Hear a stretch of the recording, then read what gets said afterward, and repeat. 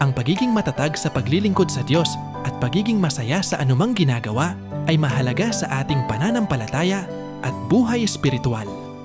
Ito ay nagbibigay kulay at saysay sa ating relasyon sa Diyos at sa ating kapwa.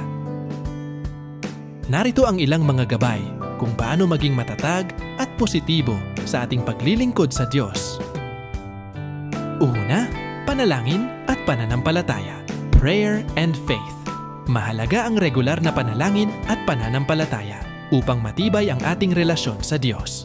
Sa pamamagitan ng pananampalataya, tayo ay matutunan ang pagtitiwala sa Kanya at ang Kanyang pamamahala sa ating buhay. Pangalawa, pagtanggap sa mga pagsubok. Acceptance of tests. Sa bawat hamon at pagsubok na ating hinaharap, mahalaga na tanggapin natin ito bilang pagkakataon sa paglago at pagpapalakas ng ating pananampalataya. Ang mga pagsubok ay nagbibigay daan sa atin upang maging mas matatag at masigasig sa ating paglilingkod. Pangatlo, pagiging positibo at mapagpasalamat. Being positive and grateful. Sa kabila ng mga pagsubok at mga hamon, mahalaga ang pagiging positibo at mapagpasalamat.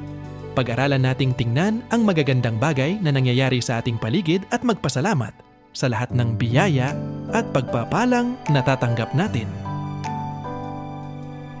Pang-apat, pagkakaroon ng mahusay na disiplina at pagsisikap.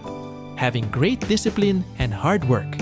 Sa paglilingkod sa Diyos, mahalaga ang pagkakaroon ng mahusay na disiplina at pagsisikap sa pag-aaral ng salita ng Diyos, pagsunod sa Kanyang mga utos, at pagbibigay ng oras sa panalangin at paglilingkod.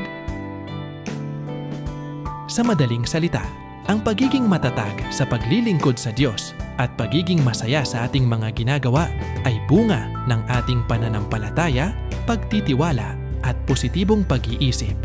Sa pamamagitan ng pagiging positibo at matatag at sa pamamagitan ng patuloy na pagtitiwala at pananampalataya kay Jesus, matutupad natin ang ating layunin na maging tapat at masaya sa ating paglilingkod sa Diyos. Praise God. Amen.